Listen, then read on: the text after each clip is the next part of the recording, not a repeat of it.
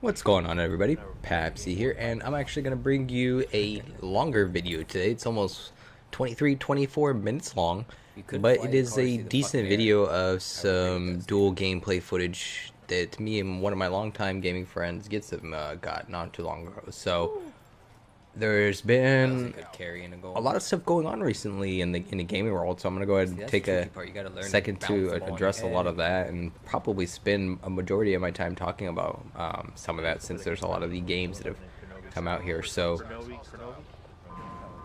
obviously the biggest one is being Apex Legends coming out. That seems to have shaken up the battle royale scene a lot.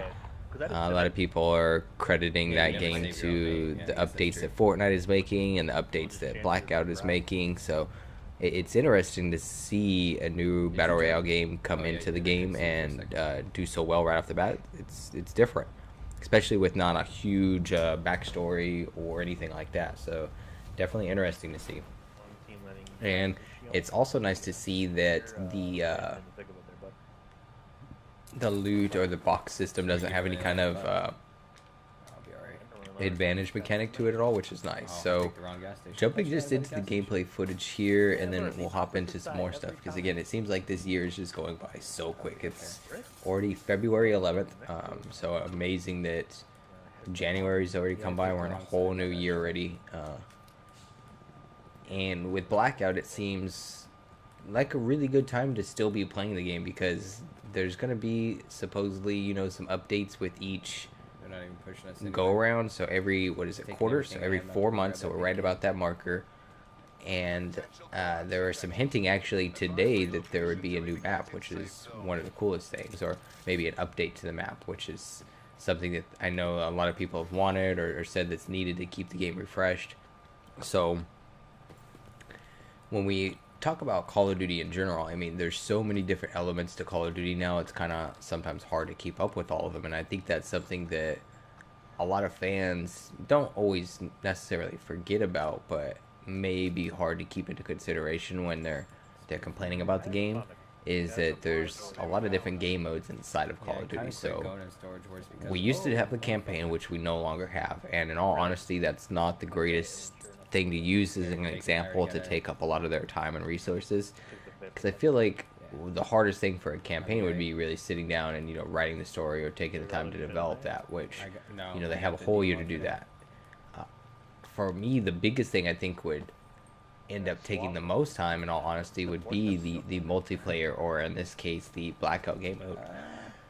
And the reason I say that is because it's the one that's going to take the most trial and error as far as testing goes. I mean, with the story play mechanics, they essentially can bug test that really quick.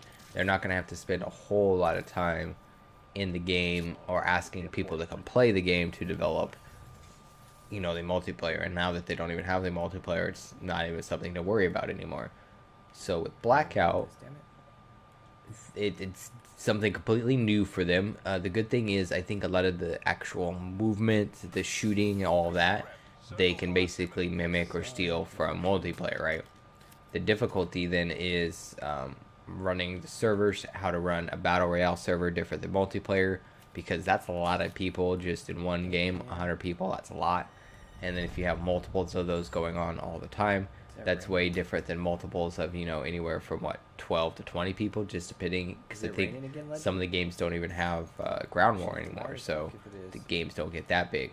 And I feel like that's always been one of the biggest complaints over the years with Battlefield, is how laggy the game has been.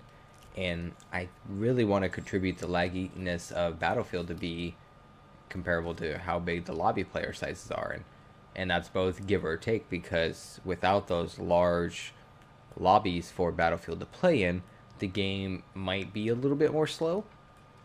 So I've definitely appreciated what Call of Duty's been able to do and what they're doing. I mean, I think they're going to continue to make some updates and change the game, which will hopefully keep it exciting. The only thing that I guess is different is with Call of Duty, wow, I can't even talk. With Call of Duty being a yearly title, what kind of changes are we going to see to Blackout, and will they keep Blackout relevant? I'm kind of curious to know whether or not it's going to be a game mode that is given over to the different they were like up here. Developers, because we've seen before where zombies didn't always translate either, so it's kind of different. Probably easier to hit on PC. It also depends, I guess, on the next game and where that sets place as far as the future goes, right? That's probably been one of the hardest things of Call of Duty in general over the past few years, is just how it changes also throughout history. And I picked it up. It'd be interesting to see if they also take that into the Blackout game mode, because no, I didn't go up there. They've tweeted so far they don't really expect, or really did they plan Blackout to be a competitive esport game mode. And this is a big debate right now on whether or not they should do this, I guess, because when you think about it, in order for them as a company to be successful, they really first have to focus on the general public and who the general audience of the game may be. The reason I say that is because that's who their main wallet base is, or who's going to be spending the most money to buy their game. And if they don't sell their game in general, or if they don't make good games that sell, they're then not going to have the money to produce those games over and over and over again, right? And that's what makes successful titles so reliable, like Call of Duty, or even the sports games, EA or Madden. You could pretty much count that every single year there's going to be a new adaptation of that game. And I feel like more recently we've heard a more call for longer games, or maybe more gaps between development, which would be, I hate to say it, kind of interesting to see if they took out Blackout, Black Ops 4 into a 2-year game. The biggest problem I see with them doing that right now is that Black Ops 4 really, in all honesty, is seeming to draw a lot more negative comments than it is positive right now. And I think the biggest contributing factor to that has to be the fact that they haven't been able to implement or add in league play yet. So my biggest 2 cents on them not adding league play yet is the fact that, it has been almost 4 going on 5 months if they don't put it out before March, which is in all honesty, I don't want to say ridiculous, but the hard part about that is they haven't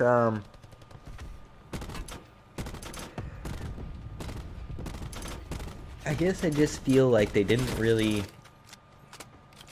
shouldn't have made it an option for us, or they shouldn't have given us as much information about it as they did, because it feels like we paid for something and we didn't really get the full value or all of our money's worth, which is something that I think anybody, no matter what you're talking about, if it's video games, cars, groceries, gasoline, if someone tells you that you're going to get X, X, and X by X, and you don't get it by that date, you expect something because of that. You expect either repercussions, answers, and I think a lot of the answers that we've gotten have not necessarily been wrong. They just haven't been what we wanted to hear. So I was really surprised. I'm going to take a break from that topic here to see me get these kills all back to back. I think we just got kind of lucky being in the space we were.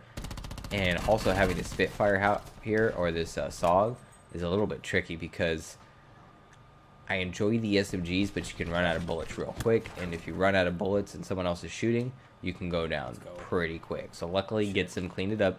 I'm all the way up to 5 kills, 3 downs, and now we're just kind of pushing the circle before it starts to collapse here in about 30 seconds or so. So overall, it's just different, I guess, to think about and take into consideration with games right now.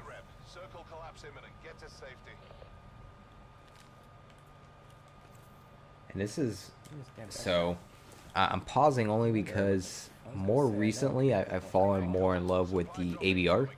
The downside is close up, it's not the best gun, because personally I really like to run it with the sniper rifle scope. if you could see people off into the distance with this gun, and you have a long barrel, the spread between those 3 bullets isn't that bad.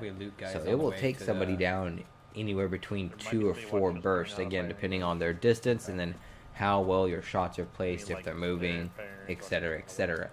I find a lot of times that the time between the trigger bullets, you know, on your controller are so short that by the time someone's sitting still behind a tree, you can rest assured that you're going to have at least 2 to 3 chances to pull the trigger before they start ducking behind cover. Now, that's on your average player. If they're not, you know, necessarily a great player, you're going to have higher chances, you know, or if they're a good player, you're going to have lower chances. But 2 to 3 shots is, I'd say, about fair on what to expect. So we're getting chased down here. This is one of the tricky parts because I didn't really see anywhere to get up and over this wall. I was hoping to see one of those little ramps to hop over. So being able to pause, hop around the wall, and then losing track of them is something that's always super scary because you feel kind of exposed, or that they have the upper hand now, knowing where you are and not knowing where they are. But knowing that I have the ABR in hand, I feel pretty darn confident that any gunfight that I get into, I'm going to be able to win. So unfortunately, my shots are a little bit shaky here. He tries to speed away on the ATV and he's successful. So not a whole lot I could really do in that situation because my shots were bad. I just have to focus up and make sure to land them next time is pretty much the only answer. So Call of Duty in general, like I said, was just, it's going to be curious or interesting to see what they do with the Battle Royale game mode and how they deem it a success. I think it was probably the biggest selling point for this particular game, and I'd want to say I'd give a lot of the credit for this game being successful to Blackout. The Call of Duty community is very, very strong, as one of the longest, you know, running esports games around, and I think they were really excited to have another competitive element to this game. That's the perfect kind of segue point to finish this, I guess, commentary off here when we got 10 more minutes or so, is that the tricky part with esports is there's not too many games that have solely been focused on producing a competitive game. Like I was talking about earlier with the need for, you know, it to be on a successful level with the general public. I get ran up on here and just shred him. I got him. Yeah. He ran right at me. Oh, we had an outlaw. It's hard for a company to make a game that's specifically competitive because of that money issue. If they don't have money to then make the next game, I guess, again, they can make it an indie game, they can make it out of fun, but at the end of the day, the biggest problem with, I don't want to say that specifically, I'm just going to blame, I guess, capitalism, or maybe just not greed, because greed, again, in this situation isn't the right term. People have to eat, you know, people have to put roofs over their heads, they have to feed their families, they have to pay their car bill. It always comes back to the answer as to be comparable on each other's lives as far as what's fair and equal. You know, if he drives a Mercedes or you drive a Toyota, but at the end of the day, people have jobs, they have livelihoods, they need to make money, so they can't really do these things for free, and that's what's tough to expect a company like Blizzard or Activision or Treyarch to produce a solely specific esports game. They can, but that isn't necessarily going to pay their bills. The biggest change on that is going to be something that comes into play like we see here with Apex Legends, right? The problem is it's still not a solely specific esports game. Right now it's currently just a battle royale game that a lot of people, again, just like with Fortnite and Blackout, H1Z1 and PUBG, they're turning it into an esports game, or they're developing standard rule sets and leagues to make it a competitive game. And I think that's really what it's always going to have to come down to. And what's at this point in 2019 going to be a turning point for what's going to make these either old, future, or current companies more successful is their focus or connection with the esports community, because there is obviously a lot of money in esports, but that is going to create a longer lasting or a longer standing community inside that game that they developed that will ultimately carry on to the next one as well. So with Call of Duty again being a yearly title, the reason I think they find so much success with it being a yearly title is you have general fans of Call of Duty. Oh, on me. When you start changing a game from its core elements, players feel like it's no longer that same game that they're playing. Not to say that that's a bad thing, it's just different than either what they're used to or what they're expecting, and some may find it off-putting. What we see with Apex Legends, and what's so difficult to have a conversation like this with someone that's on a platform like Twitter, is it jumps to, you know, oh, other games are trash, or other games need to get better because of this game. I always try to approach it more in the sense that, you know, it may not be a game that either I or others enjoy, just like Call of Duty may be a game that they don't enjoy, Halo or Destiny, etc., etc. And what's hard about having a conversation with like that is that some people feel personally attacked either against themselves or the game, and that's what's hard, is that at the end of the day, we should be able to differentiate between genres or games in general, because again, you could want a game to update or change, but at the same time, at what point does it stay Call of Duty? And the perfect example of that is when we had that few years of wall running, right? Was that Call of Duty, or were they trying to implement something that they saw being popular from Titanfall? I guess that's the trickiest question, is because you want games to develop, you want games to change, you don't want them to necessarily be stale. And the key question or answer to that is, I guess, yet to be solved. How do you keep a game from being stale or boring, and keep your, you know, key players or your fan base happy?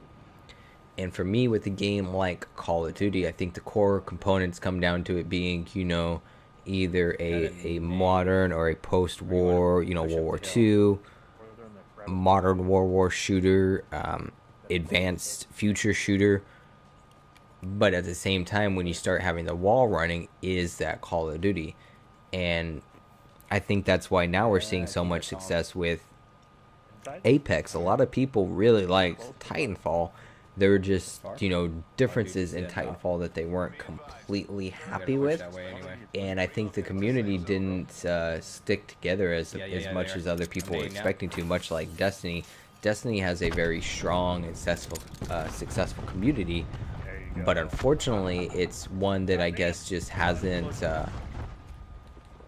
jumped or grasped a larger audience, which makes it a little bit difficult for those games to have a longer period of time in multiplayer online.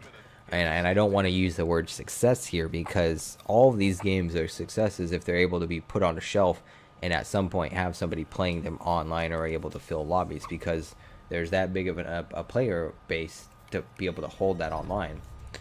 And I think the more that these developers help that competitive scene develop, the more successful they're going to be at the end of the day. Because I just want to kind of creep the storm. As a developer, as a game studio, or a game maker, I'm getting shot the at, tricky part, from behind, and I'll get to this here in a second, but we only have a few minutes, is how to keep your game, you know, to be successful each year. So if your general idea is to sell a game each year, you probably aren't going to be as focused on developing those in-game changes to make your game successful in an esports aspect.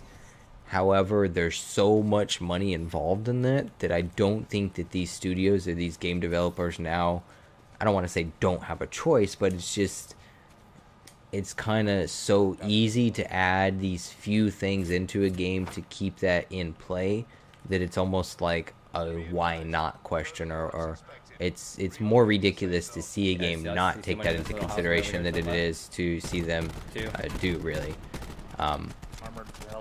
Because they can think of all the other components that come with an esports game, right? Is like the collegiate, the high school, just the overall competitiveness, the general, like, now you have celebrities involved, so the realm of this game has just changed so much as to far as who gaming is reaching too, so that's crazy. So just some small things to talk about today. We jumped in depth a little bit, but I guess just my overall thought process on some of the things that are going on and some ideas, and we'll definitely take time to hop into more of these, but hopefully you guys enjoyed this commentary. Not a live commentary, we're just kind of watching some awesome gameplay footage here. As you can see, I have 12 kills so far. We'll see how much Get Some has at the end. We were lucky enough to see that those guys' bullets were coming out of that small window, because man, did they have like a perfect angle there. If they were able to take us out, they probably would have ended up winning this game, especially since they had that high wall and hill advantage there. But like I said, I called him out that he was shooting there. So now we're kind of just pinched between two teams, and we're just playing this out. There's, what, 4 people left on the team, so we know it's us and them. We just got to hold this position, make sure that they don't flank us, and that's where they come out. Again, this ABR just shreds people. 3 bursts. We're going to just throw these nades out, take our time, and finish them off. So, again, hopefully you guys enjoyed this commentary. I appreciate you guys tuning in. Any comments, suggestions on what you guys want to hear next? But as always, I usually just like kind of picking some general topics and hopping in on what's going on. If you guys follow all of my social medias, you'll tend to see me posting here and there about some general things, or talking with people about some general things that I find interesting, which is super cool. So again, hope you guys enjoy. Go ahead and watch the end of this, and until next time, guys, I'm Papc, and I'm out of here. So bad there at the end of the ramp. Got no kick with a grip, no kick on the rampart. Hell of damage. What I was gonna say, yeah, because it's using 7.62, man. That shit shreds. It was. Don't start it up yet. Yeah, I was about to say. Don't. Let me save that.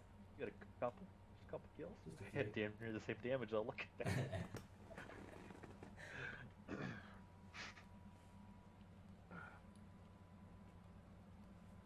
That was a good game. And I got 7 paint cans. Let's go.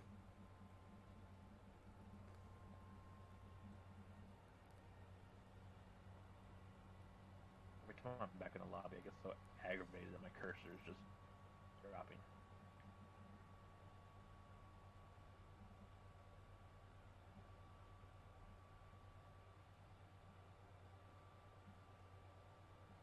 You ready? Yep. Got like 1 or 2 left in me. It's already midnight. That sounds about right.